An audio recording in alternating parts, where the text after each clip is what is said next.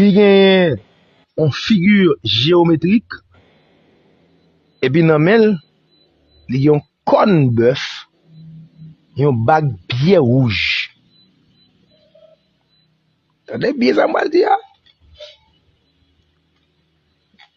Moun kap initié pasteur Gregoria,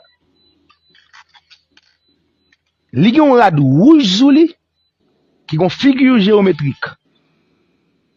Dans chaque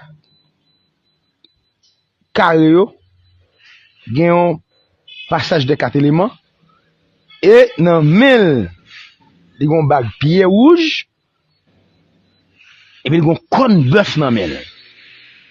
C'est là m'bal di nous si nous dans vodou ou t'a pas kay nagonaya ou connaît 100% vodou sans mélanger ou al di bon nagonaya là ap grade moun ça son dimension bossou. Pour qui ça me dit dimension bossou? Nous tout